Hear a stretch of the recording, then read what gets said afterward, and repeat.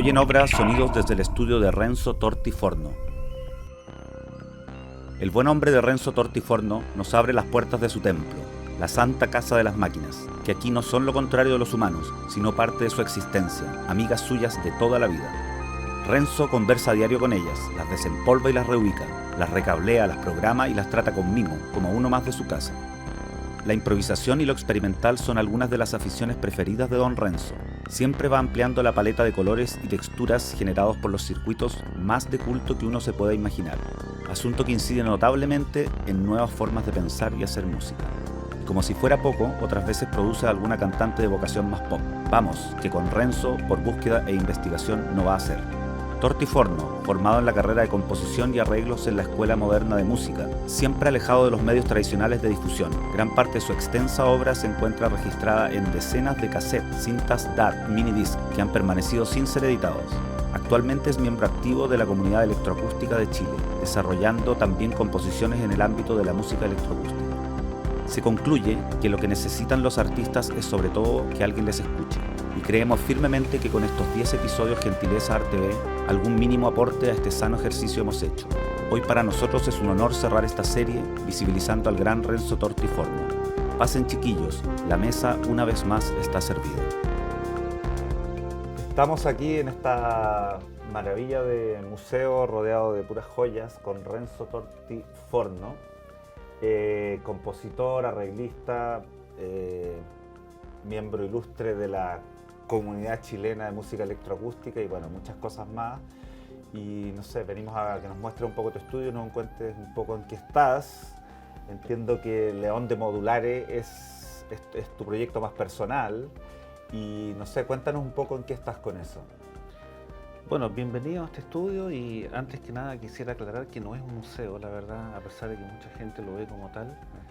Pero porque todo suena. Claro, la particularidad de los museos es que las piezas están ahí como para ser observadas nada más y no hacen nada productivo. Y yo justamente he luchado un poco en contra de eso. Esto no es un museo de sintetizadores o un museo de teclados o un museo de equipos antiguos, sino que es realmente un taller donde poder hacer música y donde poder producir música. Y el hecho de que parezca un museo radica básicamente en la particularidad de que casi todos los instrumentos que hay aquí son bastante antiguos. Sí. Pero eso ya responde a un gusto personal y a una historia personal mía que me hizo conectar con este tipo de instrumentos mucho más que con los que se fabricaron después o los que se hacen hoy en día, por ejemplo. Y por ejemplo, en este lugar tú pasas muchas horas al día, ¿no? Tú dedicas mucho tiempo a estar aquí. Sí, hay periodos en que a veces me paso la noche completa aquí y ya. me acuesto a las 9 de la mañana, por ejemplo. Fantástico. Saludable ejercicio. Sobre todo en la noche es el momento de mayor creatividad y ahí es que para poder trabajar con este tipo de instrumentos es un proceso que es mucho más trabajoso o mucho más lento que trabajar con un computador. Absolutamente, claro. Entonces necesita de repente un espacio largo de varias horas de tranquilidad y de que nadie te moleste, de que no tengas que realizar ninguna otra actividad más que estar aquí. Y ese espacio generalmente lo encuentro en las noches. Claro. Tú tienes una... yo entiendo que tú tienes una cantidad, ¿cómo llamarlo? Casi enfermiza de grabaciones en DAT, en cintas, en minidisc y todo, pero tampoco tienes tanta producción editada como eso. ¿Por qué no sacas a la luz todas esas maravillas que tienes ahí escondidas? ¿Qué pasa ahí? ¿Por qué? Es verdad. Yo creo que simplemente por una concatenación de acontecimientos, de cosas que fueron ocurriendo a lo largo de toda mi carrera, pues yo empecé de muy niño. Yo realmente me obsesioné con este asunto de ser músico y de ser músico electrónico cuando tenía como 12 años. ¿Y por qué? ¿De dónde vino ese clic? Fue como yo lo defino como una especie de revelación que tuve en un momento en que estaba escuchando música que yo consideraba música electrónica en aquel entonces. ¿Cómo qué? Estaba escuchando El Carro de Fuego de Vangelis. Perfecto. Bueno. Pero estaba escuchando, no sé si tú ubicas ese soundtrack, en realidad es el soundtrack de una película. Sí, pero claro, sí, perfecto. Ganó un Oscar, creo. Sí, de hecho ganó un Oscar. Sí. Y tengo entendido que es el único Oscar que ganó Vangelis en toda su carrera. Puede ser. A pesar de que merecía otros más. Pero estamos hablando de la época de los cassettes. o de los vinilos. Yo no tenía acceso a un vinilo y me acuerdo que una tía tenía el cassette y yo se lo pedí. Yo quiero escuchar esa música, me llamó mucho la atención. Y el lado A incluye toda la música que efectivamente está en la película, pero el lado B es una composición que el Vangelis hizo así en su propia volada, por así decirlo, inspirado en la película, pero no es música que está en la película. Y ese lado B obviamente es mucho más interesante que el lado A, que es la música que todos conocemos. Y termina con unas secuencias y unos sonidos de sintetizadores, así como muy espectaculares. Yo era un niño, tenía 12 años, entonces era muy impresionable. Me acuerdo de haber estado con audífonos escuchando eso y en ese preciso instante dije ya, esto es lo que vine a hacer a este mundo.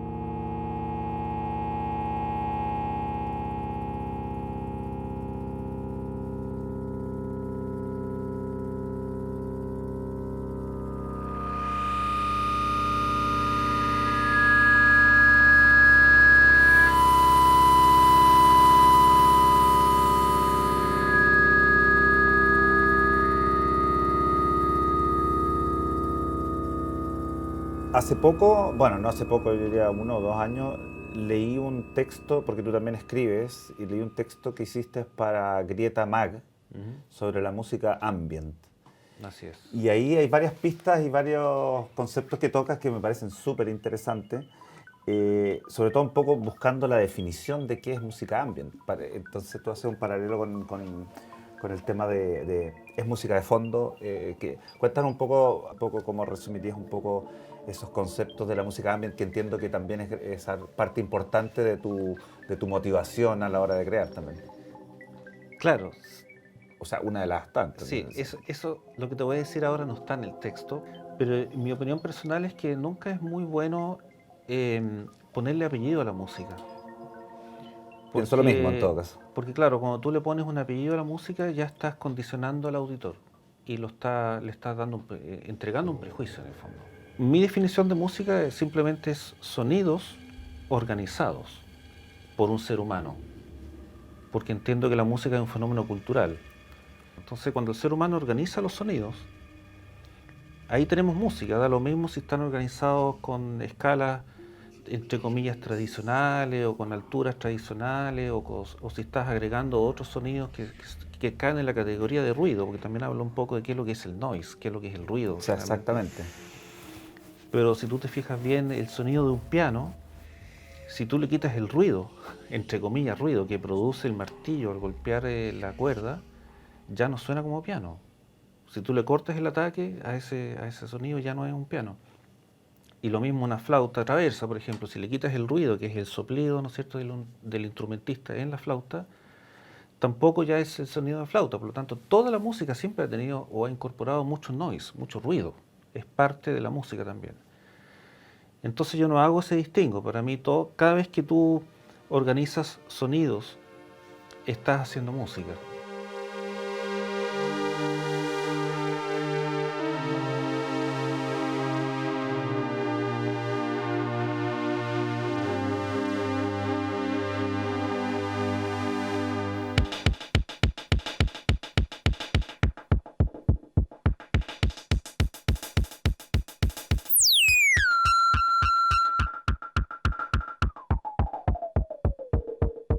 Y con respecto a la música electroacústica de la cual tú perteneces, eres miembro de la comunidad chilena,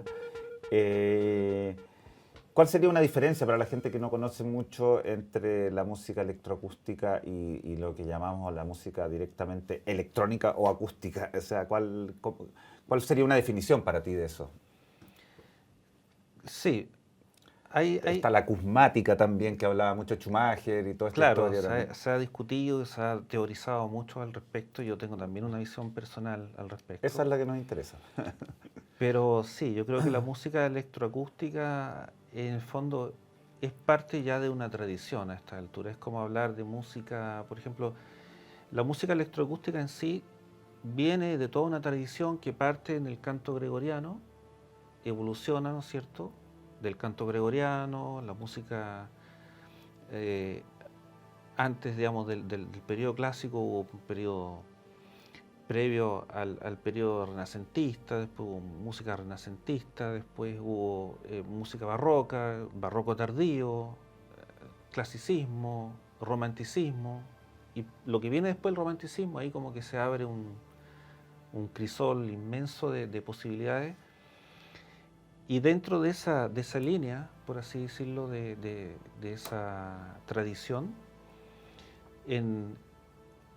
yo diría en la segunda mitad del siglo XX, es decir, es un fenómeno básicamente de la posguerra, y en Europa nace la corriente que llamamos como música electroacústica, que viene en el fondo, surge, digamos, viene como a presentar una solución, por así decirlo, a lo que era la crisis de la tonalidad, porque después de 1000 y tantos años haciendo música tonal, obviamente ya llega un momento en que tú quieres avanzar, y se plantearon los músicos de aquel entonces cómo avanzamos hacia otras formas de componer música, y ahí surgió el dodecafonismo. Del dodecafonismo viene el serialismo, y el serialismo se transformó en un serialismo extremo, y de ahí finalmente a la música atonal. Primero era bitonal, multitonal, luego atonal, y entonces ahí surge en Francia la música concreta, y en Alemania la música electrónica, y responde a esa estética. La música electroacústica responde a la estética de ser música no tonal o atonal. Perfecto. Justamente porque viene de esa tradición, por así decirlo. Es la evolución directa desde el canto gregoriano, un largo camino hasta llegar a esa propuesta, digamos. Ahora, llevando esta tradición, entiendo que Chile estábamos bastante a la vanguardia aquí con gente como Azúcar, Schumacher, Brandix, o como se pronuncie. Brenzich, claro. Y fue como truncado todo esto, como un lapso, como que ahora ustedes, la comunidad electroacústica, está como rescatando toda esa tradición que, o sea, siempre siguió existiendo, pero hubo como un lapsus un poco, como que quedó muy apagada después del golpe, y todo eso pasó, como que la escuela que estaba en la Católica se disolvió, no sé qué pasó, pero es maravilloso cómo ha logrado mantenerse y hasta el día de hoy, ¿no? Claro, efectivamente, Chile, como en muchas materias a veces desconocidas, fue pionero en ese aspecto. Y hubo compositores que hicieron música electroacústica ya por ahí por los años 50, las primeras obras, las primeras experimentaciones.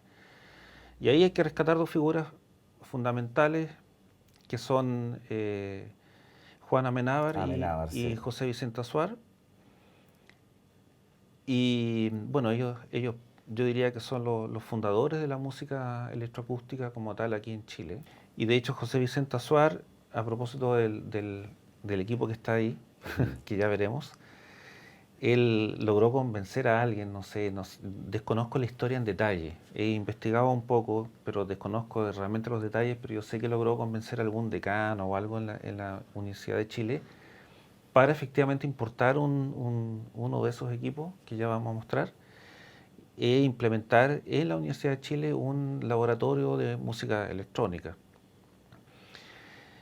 Y efectivamente, claro, hubo un momento en que José Vicente Azuar tuvo ahí como unas cosas personales, unos cuestionamientos también, y él como que dejó un poco de lado, y se produjo como un pequeño bajón, un bache, como que el relevo de los otros compositores más jóvenes no fue inmediato, al parecer. Y de hecho es curioso, pero si tú lees el artículo que Federico Schumacher tiene en la revista musical chilena acerca de los 50 años de la música electroacústica en Chile. Que eso fue hace unos años hace atrás. 15 años, hace como 10 años atrás más o menos. Sí, hace bastante tiempo, se cumplían 50 años. Llevamos los 60 casi. Sí. Claro, y él en su investigación llegó a la conclusión de que entre el año, no sé si 88 y 93, 94, no recuerdo el dato exacto, no se compuso música electroacústica en Chile.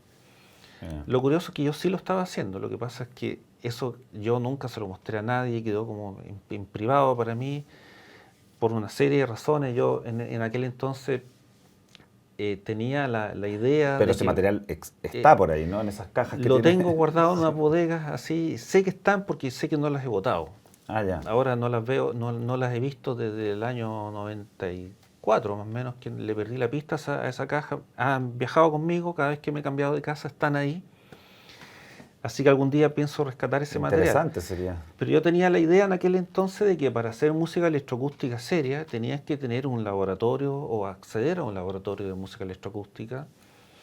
Y yo no lo tenía, yo simplemente tenía un par de sintetizadores y tenía tres grabadoras de cassette, 3 deck. Y una de ellas tenía una particularidad, que tú podías separar los canales estéreo y grabar los dos canales por separado. Qué interesante. Que era como para hacer, tú tenías la música de fondo y hablabas encima. Esa era como la idea de ese grabador. Perfecto. Entonces, entre esos 3 decks, yo lo que hacía es grababa unas cosas en un deck, luego reproducía y le agregaba otras cosas encima y grababa esas 2 cosas en otro deck y así. Y lograba hacer cosas que básicamente eran experimentaciones sonoras, no eran...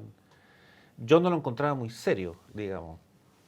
Pero hoy en día, eso fue a fines de los 80, y yo era todavía un niño, adolescente. Entonces, hoy en día he visto que las nuevas corrientes musicales están muy en esa línea de la experimentación, Sí. del arte sonoro, ya se han quitado como esa mochila académica que venía, como te digo yo, la música electroacústica tiene como esa tradición docta que viene del canto gregoriano en adelante. Pero hoy en día mucha gente se ha quitado esa mochila y simplemente experimentan con sonido y eso es un poco lo que yo hacía en aquel entonces.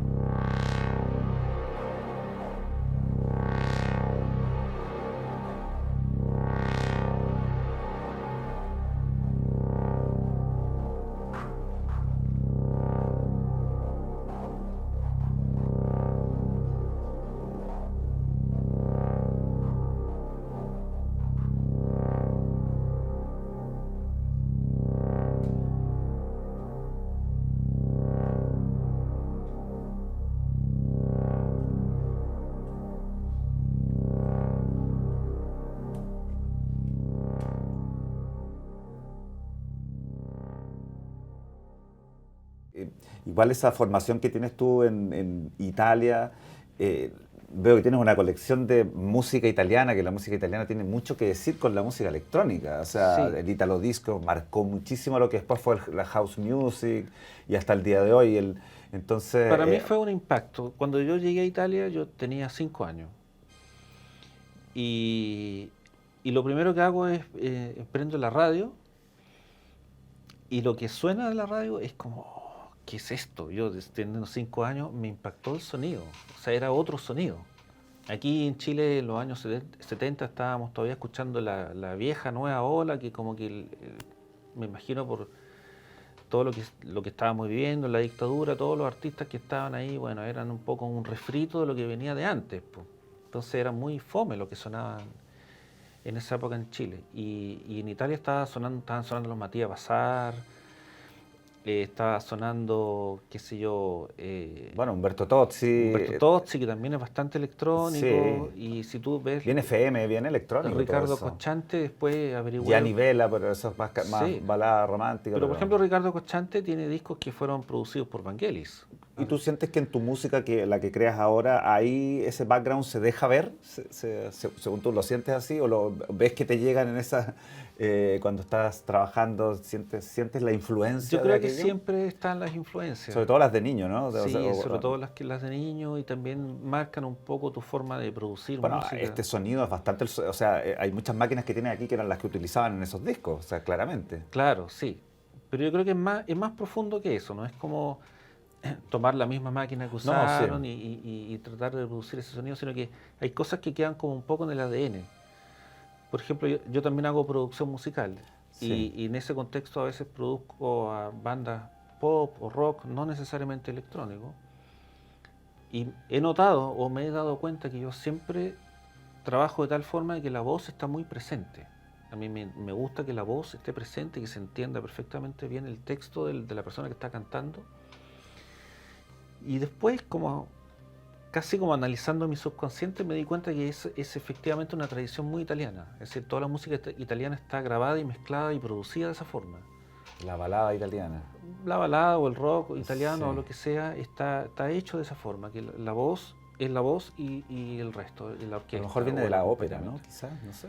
Puede ser, Sí, ¿no? puede ser que venga de esa tradición. Sí. Oye, muéstranos un poco tus cacharritos aquí, cómo funcionan, cómo los conectas, cómo lo haces. Sí, pues yo creo que este lugar invita precisamente a echar una mirada en detalle. Eh, es un estudio que está permanentemente cambiando Me imagino. Está permanente, Estudio dinámico. porque es un espacio, como puedes ver, pequeñito, entonces no tengo la posibilidad de tener todos los equipos siempre conectados. Entonces se van instalando y desinstalando según la necesidad del proyecto del momento.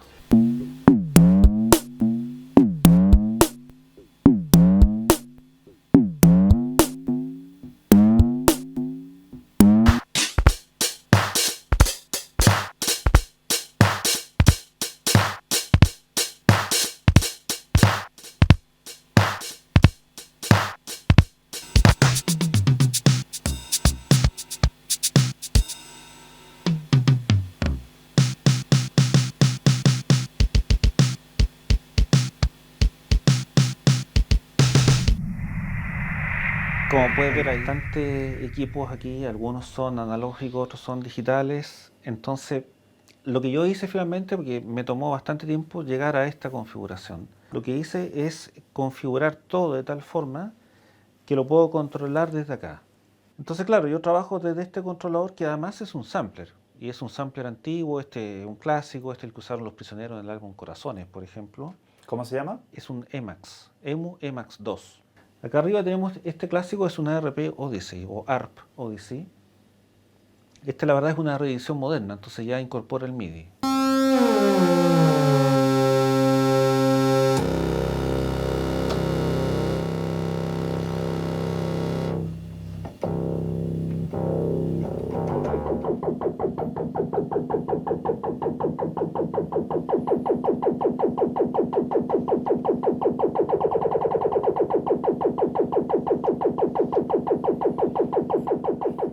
Y bueno, por acá tengo un par de módulos que también son bien interesantes porque este modulito pequeño que está aquí es un sintetizador virtual, uno de los primeros sintes virtuales que aparecieron cuando todavía nos hablaba de sintes virtuales. Este en realidad supuestamente emulaba instrumentos de viento, pero en realidad es mucho más que eso.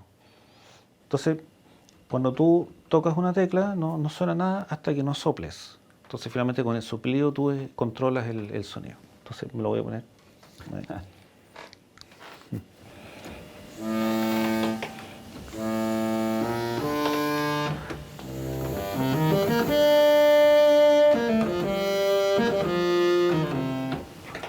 Está hecho como para instrumentos de viento, yo lo uso para hacer Como una sonidos. melódica. Claro, yo lo uso para hacer sonidos raros, en realidad, como todo. Sí. Como todo lo que yo hago.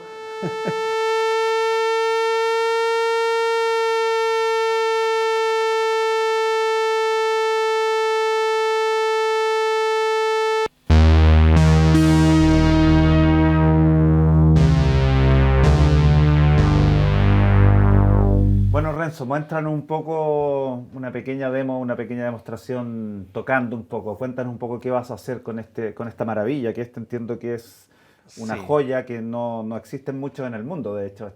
Cuéntanos un poco también del... Claro, efectivamente este es el famoso ARP 2600, que es un sintetizador que el año pasado cumplió ya 50 años desde que fue lanzado al mercado y que ha sido emblemático en todo, ha prácticamente influenciado todos los tipos de música, desde el jazz, la música fusión, la música electrónica, obviamente, la música popular. Stevie Wonder lo usaba mucho, por ejemplo, en su momento.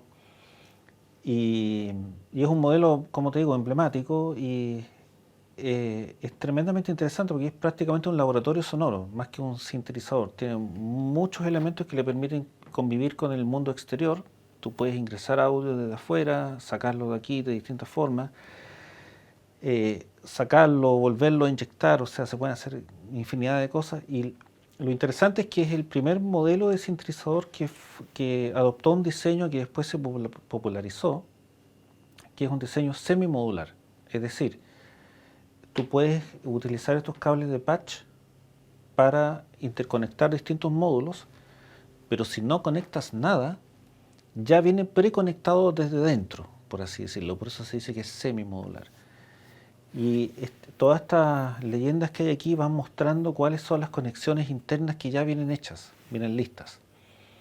Entonces la gracia de este sintetizador que tenía ya en los años 70, cuando existían estos modulares grandes que tenías que patcharlos, ¿no es cierto?, para que sonaran, lo interesante es que tú lo encendías y ya sonaba, estaba listo. Y más encima traía parlantes incorporados y traía hasta una reverb. Entonces ya podíais sonar así. Te lo podías llevar a la playa. Era casi portátil, sí. Si tuviera cómo obtener energía eléctrica en la playa, podrías perfectamente tocar con él.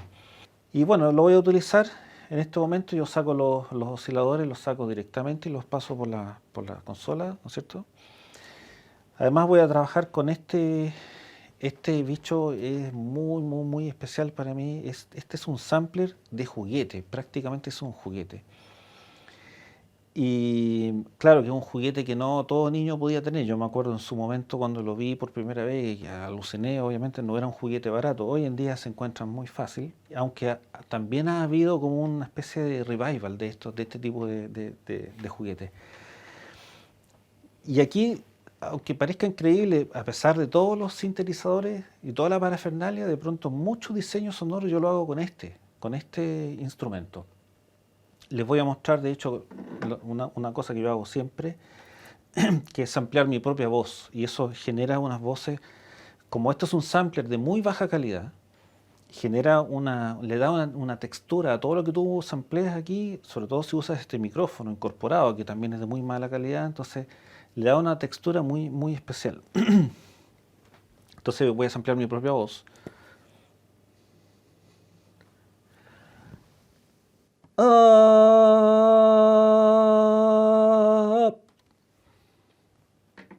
ver qué resulta.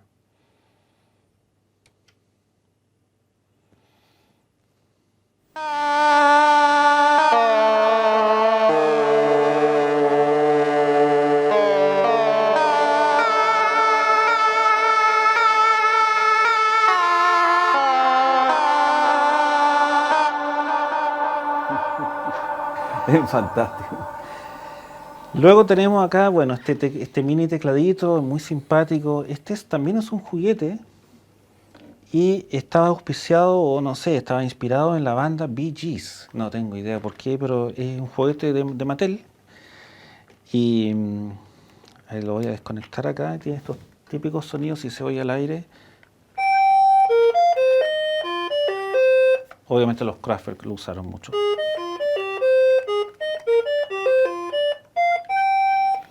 Y luego por acá tenemos esta maravilla que yo lo encuentro hermoso, no sé. Es bellísimo, sí. Si todos opinan lo mismo, pero este es el antecesor, este es marca Suzuki, es el antecesor del Omnichord, que es bastante conocido, que es un poco más grande.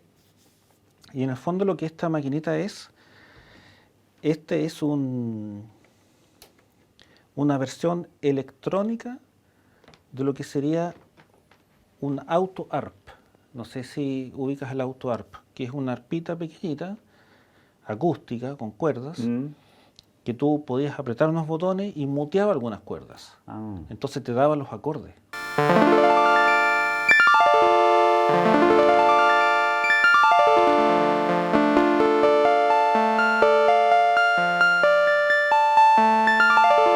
Entonces los acordes los van manejando desde acá.